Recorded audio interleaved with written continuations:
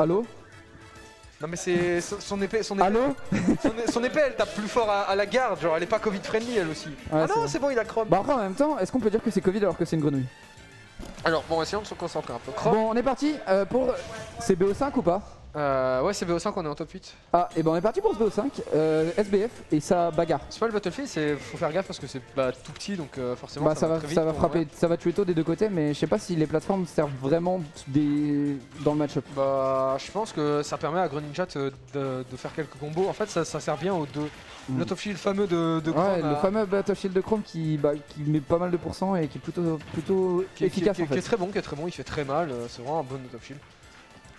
Et du coup on est parti dans cette game et ça frappe. Ça trouve des avantages de neutral, 63% du côté de Watson et 22% du côté de Tony. Hein. C'est pas mal, Tony a pris un petit lead là, c'est pas dégueu. A voir comment il va et le là on voit concrétiser. et ça whiff pas beaucoup de coups, ça plus ça trade en fait. Ouais ça essaye de... ça cherche les deux sont très patients et ils cherchent. Et Tony qui trouve quand même plus d'ouverture de son côté. Oh le jab back air ça tue pas encore. C'est pas loin. Ça a été bien dit de la part de Watson, ça tue pas encore. Et là Watson qui est quand même dans la sauce et le jab back air qui va tuer la deuxième fois.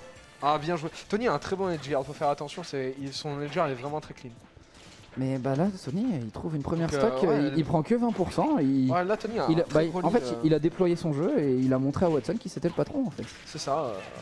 Il a décidé de manger des cuisses de grenouille ce soir. 26% cette top B quand même, je tiens à dire que... Ouais c'est vraiment un truc monstrueux. Il a commis des crimes contre l'humanité cette top B. Ouais, je pense aussi, ouais, c'est assez compliqué là.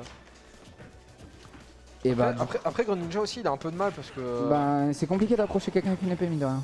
Ouais, après là ça va, il trouve quelques occasions. Il faut voir ce que ça donne du côté de Watson, il faut qu'il arrive à trouver cette stock sans pour autant se faire trop taper. Mais on voit que c'est compliqué, hein. Ce fer qui trouve pas encore ce kill. kill. Là c'est bon, il est en edgeguard là, il a un bon avantage. Ok, il a bien lu la neutral get up avec ce grab. Maintenant il faut voir s'il arrive. Il a pas réussi à le bouger avec cet hydrocanon, ce qui était close hein, parce qu'il aurait pu le tuer là-dessus. Mais bah mine de rien, Tony qui a toujours pas perdu sa stock. Ouais, après là ça va, Watson est toujours en avantage. Tony est-ce qu'il va réussir à reset le neutral, voire tuer? Parce que là, Greninja a quand même pas mal de pourcents.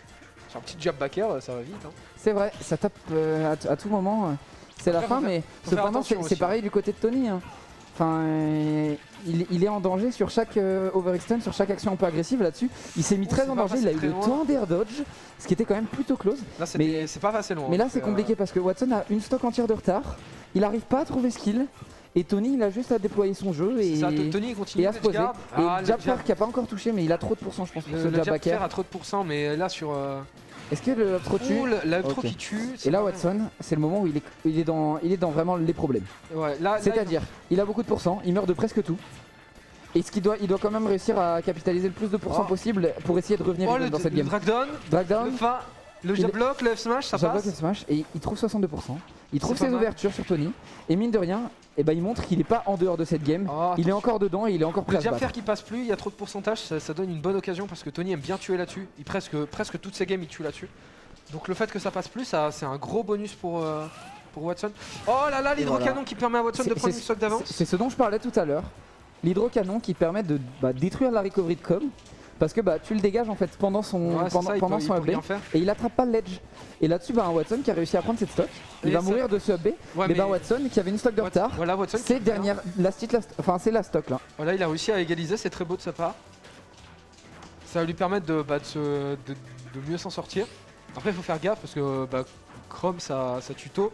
Il avait réussi à bien gratter les pourcentages parce qu'il était trop haut pourcent pour le jab back air, mais là c'est plus le cas. Donc là il faut voir parce que mine de rien, le neutral ils sont plutôt even en termes de pourcent. Le neutral ça cherche pas mal. Hein. Les neutralaires du côté de Konami, les neutralaires du côté de Greninja. Là-dessus il a trouvé fer, grab, up air. Il trouve quelques pourcents mais Tony n'est pas de mise. Oui Tony Chrome fait très mal donc Tony sur quelques up air, sur un down B aussi, enfin non pas un down B, un up B forcément là. Les pourcentages sont égalisés donc faut faire très attention. Et là on voit ça se cherche, hein. ça joue safe, ça se cherche pas mal. Mais on voit que du côté de Watson, c'est comme Tony sur cette première stock. Il impose son jeu, il arrive à trouver plus d'avantages et il trouve un super up smash sur l'air dodge de Tony. Il finit cette première game.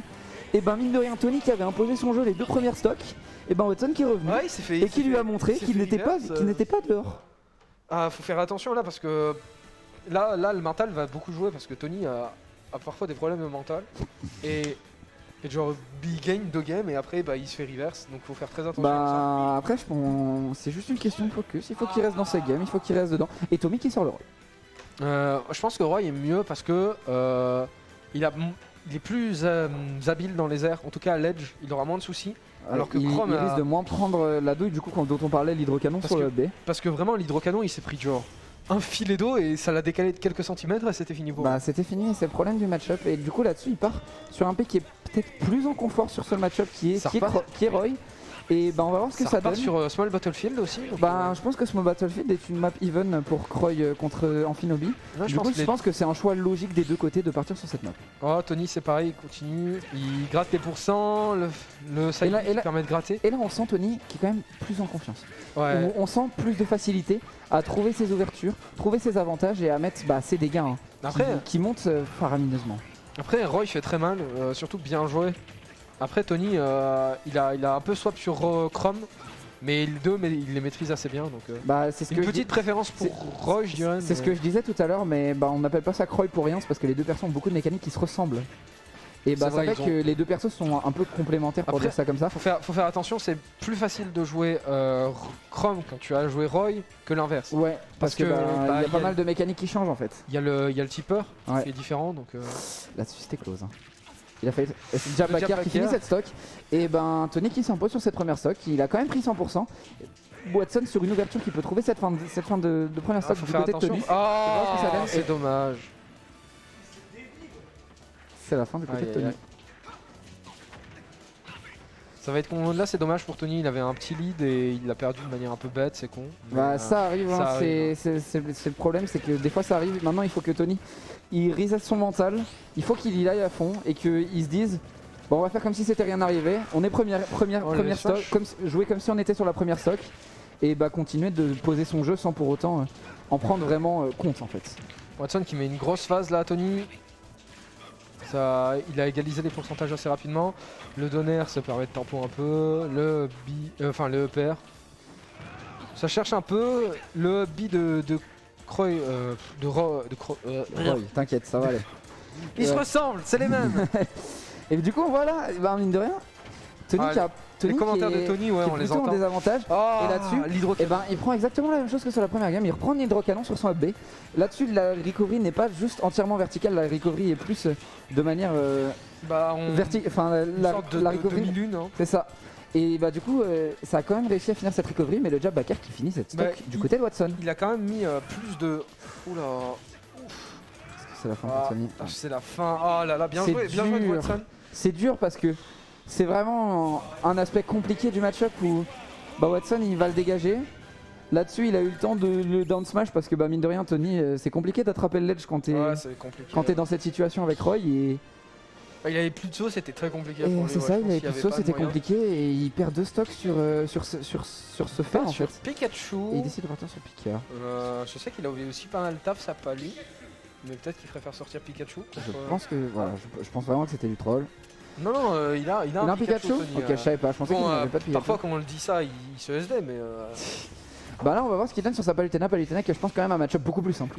Il a pas mal train. Parce que le TP, en fait, tu peux pas te faire pousser par l'hydrocanon pendant le TP.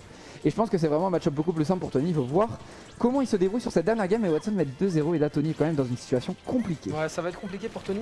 Et surtout qu'il a. Après, Palu, c'est quand même un perso assez strong. Donc s'il le joue bien, il n'aura pas trop de soucis. Il faut voir les ouvertures que trouve Tony, mais on voit c'est Bakar, c'est Ner, et mine de rien il met 80% à Watson sur des phases d'avantage qui sont pas pour autant vraiment très très grandes par rapport à celles de Watson, mais mine de rien il trouve son avantage, il met des pourcents à Watson et il s'impose sur cette première stock. Watson on voit qu'il a... Enfin, pourtant il devrait un peu connaître Palu parce que Nico qui est à Rennes joue pas mal Palu. Et pourtant on voit qu'il se fait avoir un peu, il essaye de punir des choses qui ne devraient pas être punies, c'est un peu dommage. Ça permet à Tony de mettre une grosse phase en edge guard qui lui a permis de mettre beaucoup de pourcents. Et c'est ce qu'on disait sur le style de jeu de Tony qui est présent sur tous les persos et pas uniquement les EPX, tout. Il joue de manière très safe et il va punir des options agressives envers lui. Il va bait pas mal de choses et il va jamais essayer d'aller chercher vraiment très loin de lui-même. On voit beaucoup de shield, beaucoup de dash in dash out. Et bah là-dessus ça prouve qu'il est très safe et Watson qui cherche des ouvertures alors que des fois il n'y en a pas en fait. C'est une très bonne manière de jouer je trouve personnellement. Parce que ce two frame par contre, est-ce qu'on peut en parler? Oui, le two frame était très beau. Le two frame into le back air après l'air dodge, c'est beau. Ouais, c'est du beau smash. C'est très beau. La read de l'air dodge était très belle. Donc après là par contre Tony a beaucoup de pourcents mais c'est bon, il va revenir. C'est bien lui hein, du côté de Watson, il aurait peut-être pu mener un peu plus, mais il a trouvé ce down tilt upper mais qui tue pas encore, hein. Tony qui a bien GI.